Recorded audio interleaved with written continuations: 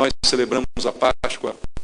E é uma celebração muito importante para nós que cremos no Senhor. Como leu aqui o pastor Manuel no início do culto, é a razão da nossa fé. Se Jesus não ressuscitou, a nossa fé é em vão. A palavra de Deus fala sobre isso, né? Então a ressurreição, que é aquilo que celebramos hoje, é a razão de tudo que acontece. Se Jesus tivesse morrido como os demais homens importantes e profetas e homens filósofos morreram, nada disso teria acontecido. Mas além de morrer pelos nossos pecados, ele ressuscitou para provar que nós temos esperança em Deus. A esperança também da nossa ressurreição com o Senhor. Então, é uma data importante. Nós vamos celebrar a ceia ao final da palavra. Mas ao meditar sobre o que pregar essa manhã, muitas vezes a Páscoa sobre a ressurreição, que é certamente importante, mas além de tudo que ela simboliza, eu creio que o Senhor morreu pelos nossos pecados e ressuscitou para que a gente também tenha vida com Ele. E a vida cristã, eu creio que a maior homenagem que a gente pode fazer a Jesus não é falar simplesmente sobre a sua ressurreição, mas sim entender que a nossa vida é que glorifica a Deus. Por isso não é sobre a ressurreição que eu vou falar essa manhã, mas sobre a vida cristã de cada um de nós, sobre a nossa postura, sobre o nosso comportamento, porque é isso que vai glorificar a Deus e vai provar ao mundo que valeu a pena Jesus ter morrido e ressuscitado por nós. Então, vamos abrir a nossa Bíblia em Tiago, capítulo 3, e vamos ler até o versículo do apóstolo Tiago, no capítulo número 3, do verso 1 ao verso 10, a Bíblia diz assim: Meus irmãos, não vos torneis muitos de vós mestres, sabendo que havemos de receber maior juízo, porque todos tropeçamos em muitas coisas. Se alguém não tropeça no falar, é perfeito varão, capaz de refrear também todo o corpo. Ora, se pomos para nos obedecerem, também lhes dirigimos o corpo inteiro. Observai igualmente os navios que, sendo tão grandes e batidos de rijos ventos, por um pequeníssimo leme queira o impulso do timoneiro. Assim também a língua, pequeno órgão, se gaba de grandes coisas. Vede como uma fagulha põe em brasas. Ora, a língua é fogo e o mundo de iniquidade. A língua está situada entre os membros do nosso corpo e contamina o corpo inteiro. Não só põe em chamas toda a carreira da existência humana, como também é posta ela mesma em chamas pelo inferno. Pois toda espécie de feras, de aves, de répteis e de seres marinhos se doma e tem sido domada pelo gênero humano. A língua, porém, nenhum dos homens é capaz de domar. É mal incontido, carregado de veneno mortífero. Com ela bendizemos ao Senhor e Pai. Também com ela amaldiçoamos os homens, feitos à semelhança de Deus. De uma só boca procede bênção e maldição. Meus irmãos, não é conveniente que estas coisas sejam assim. Amém. Pai, muito obrigado pela palavra que lemos, pela oportunidade que temos essa manhã de meditar juntos naquilo que o Senhor quer ensinar a nós através do Teu Santo Espírito. E nós apenas abrimos o nosso coração, o nosso entendimento, para receber do Senhor a direção, para que a nossa vida seja transformada, mudada pela Tua palavra, para que não sejamos apenas ouvintes dela, mas que possamos colocar em prática aquilo que o Senhor nos ensina, para que a nossa vida seja melhor. E a gente possa, através da vida de cada um, dar glória a Deus. Que as pessoas, ao olharem para nós, possam ver um comportamento distinto, que faça com que elas glorifiquem a Deus pela vida que Ele nos deu. Por isso, Senhor, fala conosco, quebra as barreiras de entendimento, abre-nos o coração para ouvirmos a Tua voz e sermos alimentados essa manhã. E usa a minha vida por Tua misericórdia e graça, dá-me a unção do Espírito Santo, para que eu possa ministrar a Tua palavra. É o que eu te peço em nome de Jesus. Amém. Graças a Deus. Podem sentar, queridos. Aqui está, nesse texto que a gente leu, um verdadeiro tratado, de Tiago sobre os males que a língua pode causar. E causar tantos males assim, Pensa agora no que a gente poderia evitar se a gente conseguisse, como ele diz aqui, domar a língua. Quantos males seriam evitados se a gente conseguisse exercer algum tipo de controle sobre a nossa língua? O próprio apóstolo diz que a gente tropeça em muitas coisas. Isso é verdade, irmãos. Por mais que a gente queira se santificar, por mais que a gente queira se dedicar a Deus, nós somos pessoas sujeitas ao erro, sujeitas a um tropeço na vida. Jesus nos levantou, nos ergueu, nos ressuscitou com Ele, mas nós vivemos num mundo de purezas, né? A gente pode tropeçar, embora não devamos fazê-lo, mas é uma possibilidade na vida de qualquer um. E Tiago mesmo diz que a gente tropeça em muitas coisas, mas ele acrescenta, se a gente não tropeçar na língua, irmãos, quantas coisas ruins a gente poderia evitar. E olha, tropeçar na língua é um problema, quer dizer que a língua é grandona, né? Vai lá no pé, né? Que a gente pode passar e tropeçar ao esbarrar nela. Mas o que ele está aconselhando é que a gente vigie esse pequeno órgão, né? Que pode causar tantos prejuízos. E ele chega a dizer que esse pequeno órgão do corpo pode dominar o corpo inteiro, como um pequeno leme pode dirigir um grande navio. Então, muitas vezes nós somos guiados pela língua, somos presos pelas coisas que falamos e sofremos consequências por estas coisas. Ele também a compara com o freio que se coloca na boca do cavalo para que você possa dirigi-lo. E assim também, se a nossa língua está desenfreada, a gente fica sem direção, sem rumo, andando para tudo que é lado, não é? Então, o que ele sugere aqui para nós é que a disciplina, ela é importante em todas as áreas da vida do cristão. Mas se disciplinarmos a língua, quantos males nós iríamos evitar? Quantas brigas seriam evitadas? Quantas discussões seriam evitadas? Não é? Quantos aborrecimentos dentro da família, dentro de casa, com as pessoas do trabalho, com os conhecidos. Quantas coisas a gente poderia evitar se a gente simplesmente exercesse um controle sobre a língua. Então, pensando, refletindo essa manhã naquilo que Tiago nos falou, vamos ver alguns exemplos bíblicos de males que a língua pode nos causar e o que Deus nos propõe para tratar esse problema. Primeiro, queridos, como qualquer problema que a gente tenha, nós somos muitas vezes resistentes a reconhecer um problema, não é? E eu posso dizer para você, todos nós falamos demais, até eu, tá bom? Principalmente os pastores, né? Estão sempre falando, né? A gente está com o microfone na mão, né? Então a gente fala demais, todos nós acabamos por falar demais. E isso é um problema. Mas os problemas só são tratados porque a gente reconhece os problemas. Isso é um princípio mais básico de todos. Qualquer entidade de auxílio, alcoólatras anônimos, narcóticos anônimos, todas essas entidades, a primeira coisa que fazem é tentar fazer a pessoa admitir que ela tem um problema. Porque enquanto eu nego o problema, eu não consigo enfrentá-lo direito, eu não consigo tratá-lo convenientemente. Então, o primeiro passo de qualquer sistema para cura é reconhecer que eu tenho o problema. E um dos problemas que a Bíblia aqui aponta, que são consequências do que Tiago disse, está em Provérbios, capítulo 10.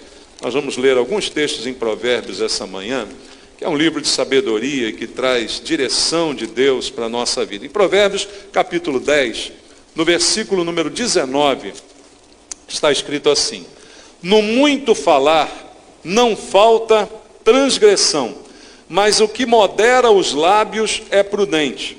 De que problema que a Bíblia está falando aqui? Do problema de falar demais. Aquele problema que eu acabei de admitir aqui para você. No muito falar, a palavra de Deus diz que não falta transgressão. Porque quanto mais eu falo, maior a probabilidade de eu falar bobagem. Tá bom? É até uma questão matemática aí, irmãos. É questão de probabilidade. Se eu falo pouco, provavelmente vou dizer menos besteira, vou cometer menos erros. Se eu falo muito, a chance, a probabilidade de eu falar mais besteira e cometer mais erros, ela aumenta na mesma proporção. Então, o que está dizendo a Bíblia é uma coisa lógica. No excesso das palavras, vão surgir várias transgressões que vão acabar por nos perturbar. Então, o primeiro problema da língua que a gente precisa tratar é a tendência a falar demais. E é melhor a gente ouvir mais do que falar. Diz aí o ditado popular que Deus nos deu 2 ouvidos e 1 boca. Então, na própria proporção, a gente deveria ouvir o dobro do que fala. Mas acontece que a gente às vezes fala o quádruplo do que ouve, né? Então, há uma completa inversão nesse valor. Veja também um texto que está em Eclesiastes, logo depois aí de Provérbios, em Eclesiastes, capítulo número 5, no versículo número 3, aqui na minha versão revista atualizada, diz assim: porque dos muitos trabalhos vêm os sonhos, e do muito falar palavras nécias. Mas na versão corrigida fiel, tem uma tradução que fala assim: porque da muita ocupação vêm os sonhos, e a voz do tolo da multidão das palavras. Então o que a Bíblia está dizendo é que aquele que fala muito assemelha-se a um tolo, acaba fazendo o papel de tolo, e por falar demais acaba fazendo um papel perfeito que se encaixa nessa palavra de Deus. Acaba se tornando tolo ao proferir tantas palavras assim. E um outro princípio que a Bíblia aponta com relação a isso, é que a boca fala do que está cheio? Coração.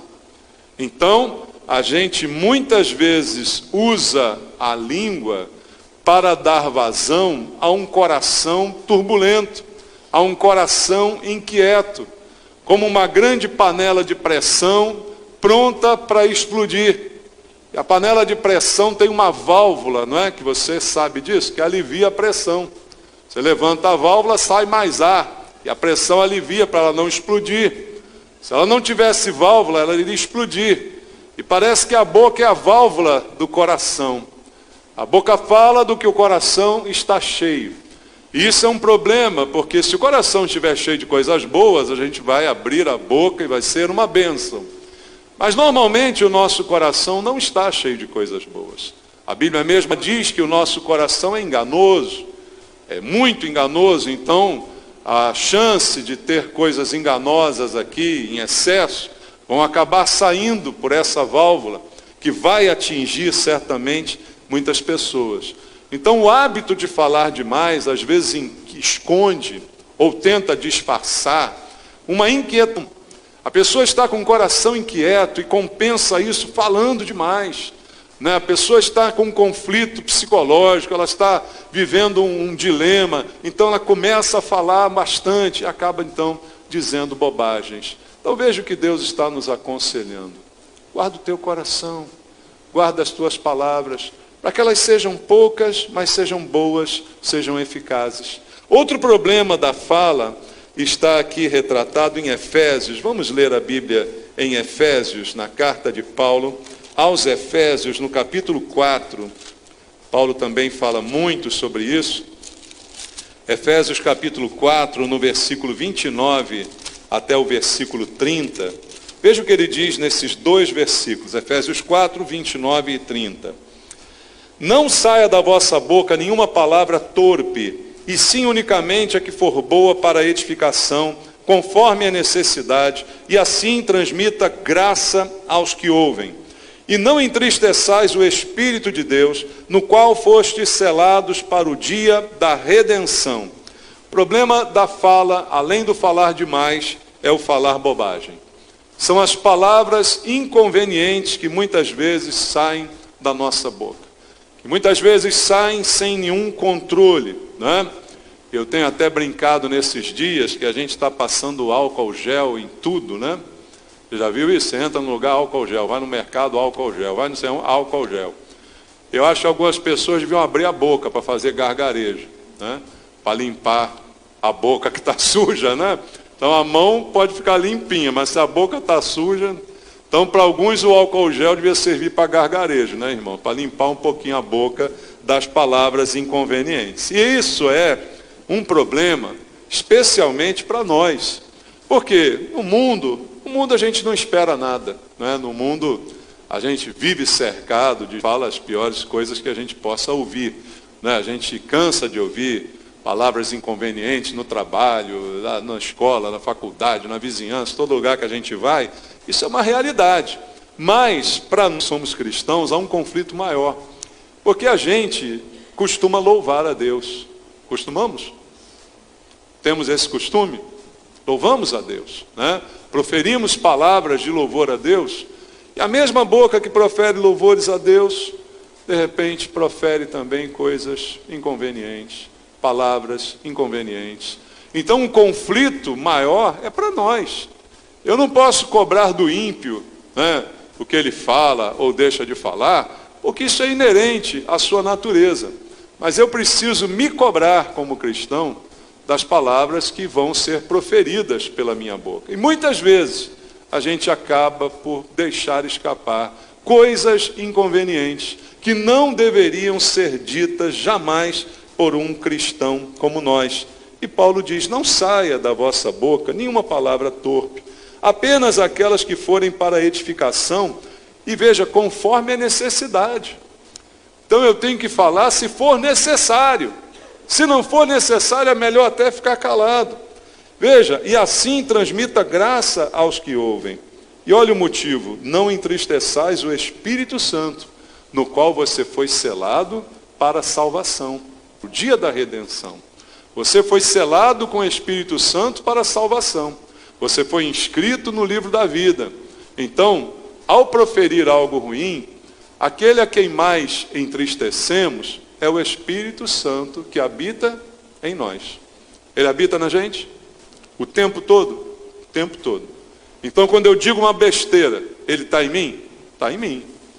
Não, agora ele deu uma saidinha, aí eu falei uma bobagem, falei um palavrão. Não, ele está em mim o tempo todo. Eu sou habitação permanente. E é exatamente por estar em mim o tempo todo que presencia, ouve, lê aquilo que eu penso, aquilo que eu falo, e é por isso que ele se entristece. Então a razão para que eu possa controlar, vigiar isto, é para não entristecer o Espírito Santo. Por isso que eu disse, isso não é um problema do ímpio, porque o ímpio não tem o Espírito Santo, nem pode recebê-lo, como disse Jesus. Não tem acesso ao Espírito Santo. Mas nós somos propriedades dele. Então, é ele quem é entristecido quando da nossa boca sai algo inconveniente. Outro problema da língua que a gente precisa tratar, e como precisa, irmãos. Veja em Levítico, agora, lá no início da Bíblia, né? Levítico, um livro de cerimoniais, de leis, de princípios que Deus deixou para nós, e ele também trata desse princípio da língua. Veja que é uma coisa bem antiga, irmãos, não é de hoje que o homem tem esse problema. Levítico capítulo 19, versículo 16. Olha o que diz: não andarás como mexeriqueiro entre o seu povo, não atentarás contra a vida do teu próximo, eu sou o Senhor. O que quer dizer mexeriqueiro? Alguém tem um sinônimo melhor aí para mim? Mais simples, mais direto. Mexeriqueiro, fofoqueiro, tá bom para você? Não vai andar como um fofoqueiro. Veja, não é nem andar do lado de um fofoqueiro. É não ser você o seu fofoqueiro. Não assumir você o papel do fofoqueiro no meio do povo de Deus. Não seja mexeriqueiro. E logo depois ele diz no mesmo versículo, então está dentro do mesmo sentido, que você não vai atentar contra a vida do teu próximo. Ora, o que tem a ver a fofoca com a vida do outro? Você pode imaginar o que tem a ver?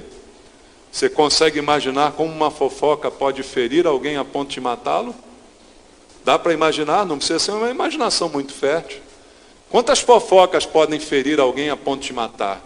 Quando fere a honra da pessoa, né? Quando fere o caráter dela, quando se levanta uma calúnia contra alguém que pode ser levado até a morte por causa dessa acusação indigna. E veja o problema que nós vivemos hoje, inclusive, né? Com as notícias falsas que a gente muitas vezes circula pela internet, que às vezes até atacam contra a honra. Há um caso muito conhecido que aconteceu aqui no Brasil, que a imprensa foi a grande culpada, né, por um casal que era dono de uma creche, vocês lembram disso? Que foram molestar sexualmente as crianças. E tudo isso era mentira. Mas depois que o problema foi feito, cadê a creche? Cadê o sustento? Cadê a reputação? Cadê alguém que quer se relacionar com esse casal? Cadê? São inocentes, mas e agora? Agora não se volta mais atrás. Não se restaura mais. É como aquela imagem, né, que já foi contada aqui uma vez. É como se você pegasse um travesseiro de penas e rasgasse esse travesseiro no alto de um monte. E as penas se espalham para todos os lugares com vento. E não precisa de muito vento, a pena é muito leve. Aí depois eu digo a você, beleza, agora vai lá e cata todas elas e bota de volta no travesseiro. Será que você consegue catar todas elas e botar de volta no travesseiro? É impossível. Então certas coisas que são ditas, mesmo que sejam desditas, já causaram um efeito terrível. Então a fofoca é um mal tremendo da língua, e todos nós estamos sujeitos a ela, de uma maneira ou de outra. E a fofoca, ela é doentia, porque ela se manifesta das formas mais disfarçadas possíveis. A gente pode fazer fofoca até orando, sabia?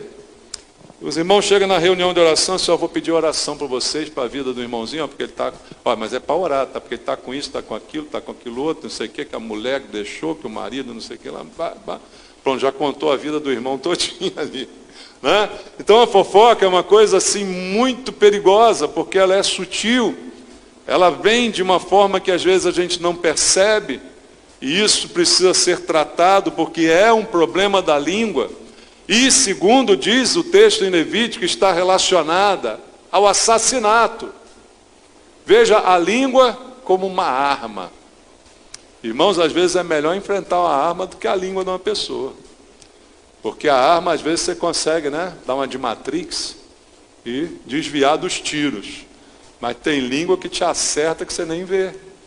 Então é um problema terrível que está aqui sendo mostrado para nós. Em Jeremias capítulo 18, verso 18, no livro do profeta Jeremias, olha só o que a palavra do Senhor traz para a gente. Jeremias, capítulo número 18, versículo número 18. Então disseram, vinde e forjemos contra Jeremias, porquanto não há de faltar a lei ao sacerdote, nem o conselho ao sábio, nem a palavra ao profeta. Vinde, firamo-lo com a língua, e não atendamos a nenhuma das suas palavras. Estavam tramando ferir Jeremias, o profeta, que falava por Deus. E qual era a melhor maneira para feri-lo? Era acertá-lo com a língua. Duas coisas são propostas aqui: feri-lo com a língua, ou seja, difamá-lo, desacreditá-lo, dizerem que ele não é de Deus, dizerem que ele não falava por Deus, que ele não era profeta, coisa nenhuma. E a outra proposta aqui no mesmo texto, olha, não atendamos a nenhuma das suas palavras, não vamos ouvir o profeta, vamos ignorar completamente o profeta, ele não fala por Deus. Veja como se pode ferir com a língua, e de uma forma que chega a ser mortal, dependendo da circunstância, dependendo da situação. Mas um problema da língua, já vimos o falar demais, já vimos aqui a palavra inconveniente, já vimos aqui a fofoca. Agora vamos ver um outro, também é um problema da língua. A boca fala do que o coração está cheio, João capítulo 8, versículo 44, palavras duras que o Senhor Jesus proferiu.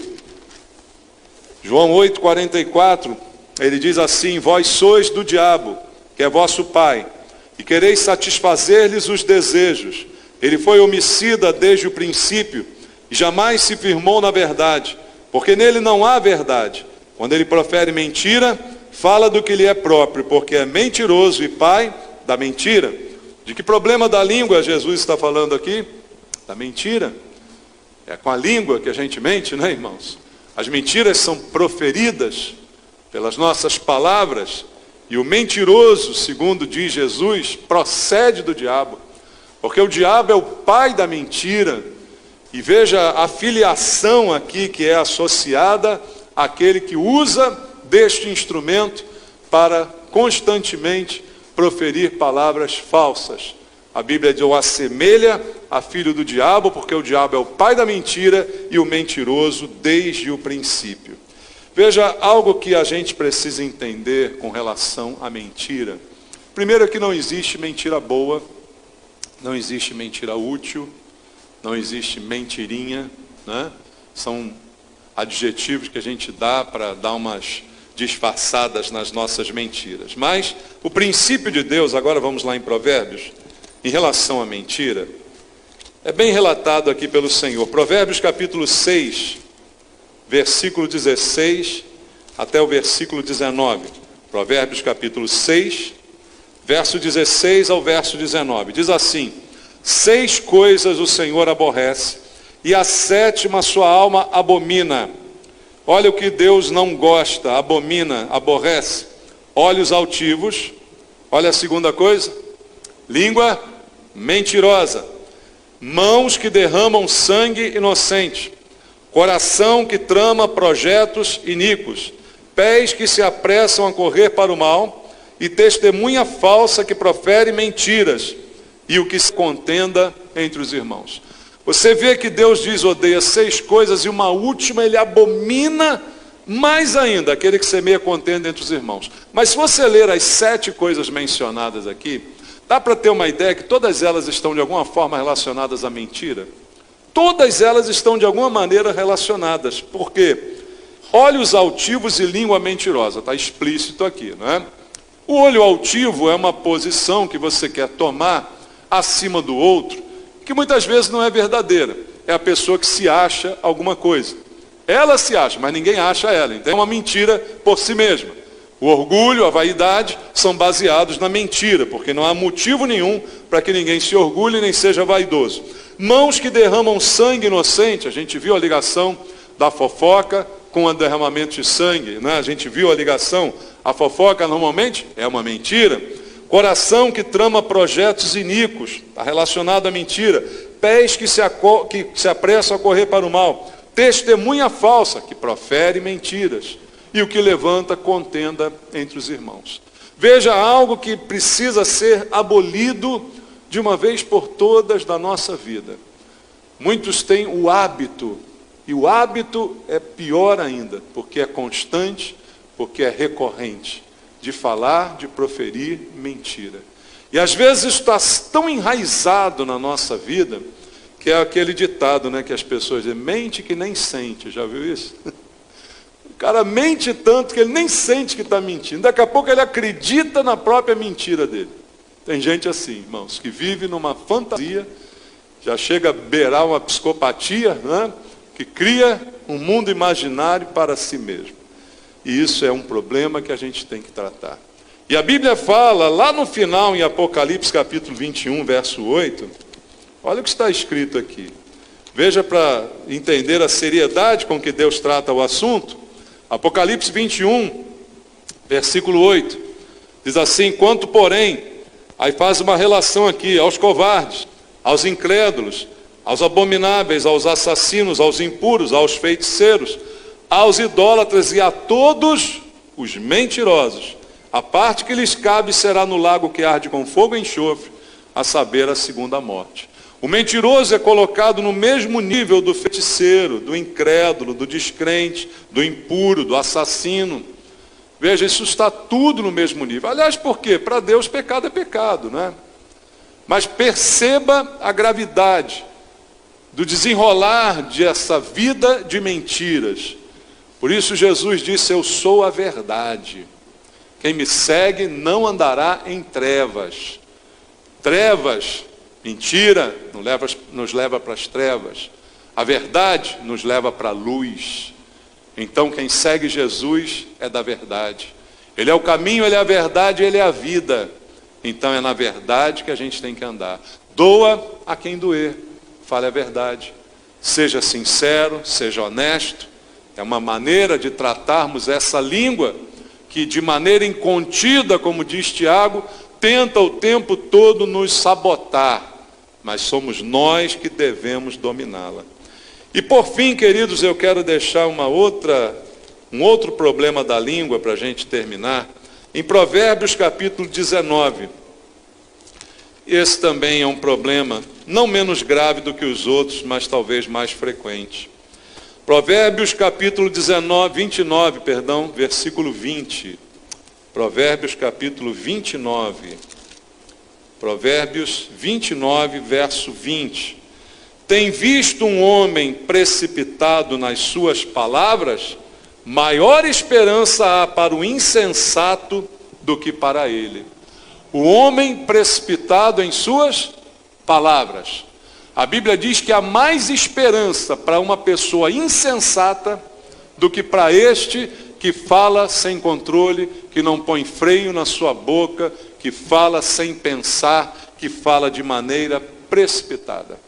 E aqui, queridos, está um problema para muitos de nós e que ocorre com mais frequência, talvez, do que todos os outros que eu falei até agora. Talvez para os outros a gente já tenha uma cura, porque a gente olha aqui e diz, falar demais, eu estou melhorado nisso. Palavras inconvenientes, a fofoca já não toca mais em mim. Mentira, eu tenho lutado contra ela. Mas a palavra precipitada é uma que talvez a gente mais incorra, é um erro que talvez a gente mais incorra.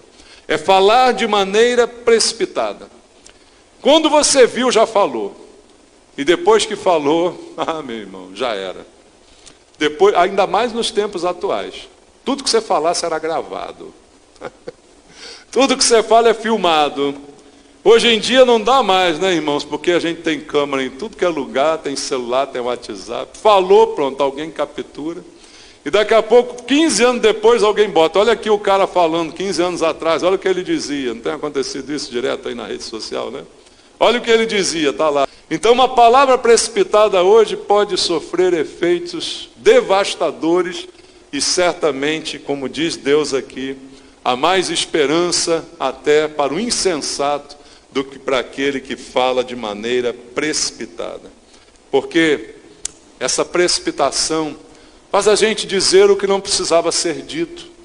Faz a gente falar o que não precisava ser falado, pelo menos não naquele momento. Faz a gente falar na hora errada. E um princípio que Deus nos mostra em muitos momentos na Bíblia é de que as coisas certas têm que ser feitas da maneira certa e na hora certa. Deus tem um tempo para tudo.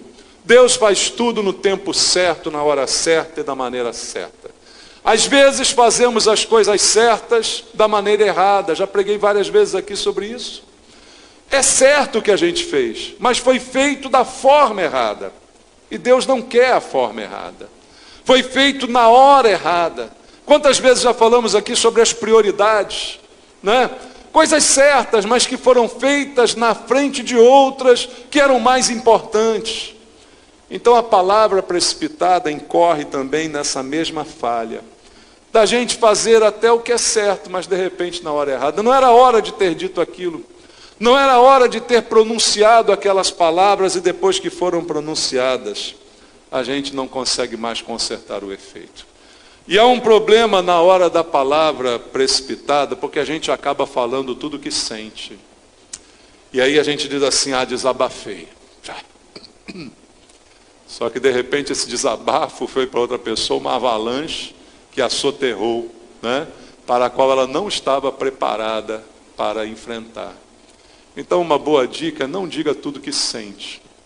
Às vezes a gente quer disfarçar essa maneira de ser precipitado, ou de dizer tudo que pensa, dizendo assim, eu sou uma pessoa muito sincera, né? É a desculpa que a gente dá, então eu falo tudo mesmo. Mas nem sempre falar tudo que sente é um sinal de sinceridade. Às vezes é um sinal de insensibilidade, porque falei mais do que devia ter dito. Às vezes, alguns sentimentos devem ser guardados para nós mesmos. Até porque o princípio de que o coração é enganoso pode fazer com que a gente tenha sentimentos enganosos. Quantos de vocês já gostaram de alguém e depois disseram, já não gosto mais? Quantos de vocês já admiraram alguma coisa e depois disseram, já não admiro mais? Porque mudou o sentimento, mudou o entendimento com relação àquilo. Então nem sempre dizer tudo que sente, falar tudo que sente é bom. Pelo contrário, é ruim, precisa ser preservado, precisa ser controlado. E aí a gente lembra do dom, do fruto do Espírito Santo, entre os quais está lá descrito o domínio próprio. E o que é o domínio próprio? É eu mesmo me dominar? Ora, é muito mais fácil dominar os outros. Percebe? Se eu vejo aqui que eu tenho um filho, sei lá, ou alguém, que está falando demais, você pega uma máscara dessa que está em moda agora, bota na boca e amarra com um neoprene. Pronto. Ele não fala mais nada, até você cortar a fita ali. Não é fácil dominar os outros? Tem alguém falando muito, eu vou lá, corto a língua da pessoa, pronto, acabou. Dominei a pessoa, ela não vai falar nunca mais. Dominar os outros é muito mais fácil, porque a gente tem soluções, mesmo que grotescas, mas que são práticas. São eficazes, inclusive, são eficientes. Mas o desafio é dominar a nós mesmos, é dominar a própria língua. E é disso que Tiago falou no início do texto que a gente leu. Daquele leme que controla o navio, É isso que é incontido, é isso que ninguém consegue dominar. E às vezes a palavra precipitada vai causar tantos problemas, tanto de natureza material, quanto de natureza espiritual. Quantos problemas talvez você já tenha, eu já tenha tido, por ter falado demais na hora errada, por ter dito algo de forma precipitada, que era o que eu estava sentindo, sim, era sincero, mas não era correto. Era sincero, mas não era conveniente ter dito. Não era certo ter dito. Quantas vezes eu lembro na minha vida de coisas que já falei que não deveria ter dito. Era para ser dito. Porque até depois eu tive um entendimento melhor sobre aquilo. E talvez hoje não falasse da mesma maneira. Então perceba como a gente precisa lutar nessa área, irmãos. De dominar esses problemas da língua para não sermos dominados por ela. E às vezes um momento de precipitação coloca tudo a perder. E eu termino trazendo para você o exemplo que é mais conhecido na Bíblia a respeito disso. Está no Salmo 106. Salmo 106, versículo 32 e versículo 33. Fala de um episódio na vida de Moisés. Diz assim, Salmo 106, 32. Depois o indignaram nas águas de Meribá. E por causa deles sucedeu mal a Moisés. Pois foram rebeldes ao Espírito de Deus. E Moisés falou irrefletidamente. Você conhece a passagem em que Moisés colocou tudo a perder por uma fala irrefletida, por algo que saiu da sua boca que não deveria ter saído, por uma atitude, porque normalmente as palavras são acompanhadas de sentimentos, de atitudes. A gente fala com o coração, a gente fala com sentimentos, e aí depois não adianta dizer que foi sem querer, não dá para dar uma de Chaves, né? Foi sem querer querendo, porque já foi, já quis e já fez o mal e já provocou o pior. E Moisés, por uma palavra precipitada, ele perdeu.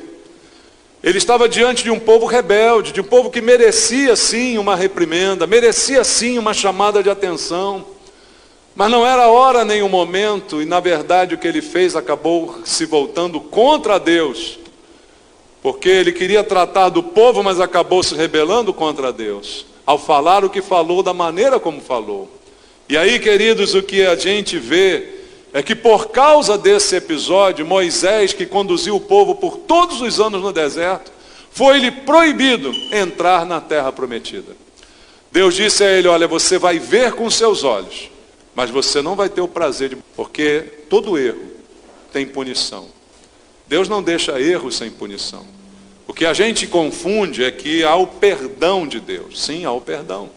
Jesus perdoou os nossos pecados, nós vamos celebrar a ceia e a Páscoa por causa disso, irmãos. Mas a consequência do erro, a gente sofre. A consequência do pecado, a gente sofre. A gente é perdoado, mas aquilo que o pecado provocou, de alguma maneira isso vai se voltar contra nós. Porque aquilo que o homem semear, ele certamente colherá. É um princípio bíblico. Então a palavra de Deus para nós essa manhã é atenção. Atenção, cuidado. A gente vai celebrar a ceia, a gente tem louvado, a gente tem glorificado a Deus, mas é hora de glorificar a Deus com a nossa vida, com a nossa boca, com o nosso comportamento, com a nossa maneira de ser, de agir, de viver, em todo tempo, em todo momento. Por isso agora, ao celebrarmos a ressurreição de Jesus, vamos celebrar com consciência. Vamos pedir a Deus que nos ajude com esses problemas da língua. Vamos pedir a Deus que a nossa língua se torne melhor, que a nossa língua se torne um canal de bênção, não apenas um chicote, mas um canal da verdade. Verdade que liberta, verdade que transforma, e que é na medida certa, que é no tempero certo, como foram as palavras de Jesus. Palavras que são espírito e são vida.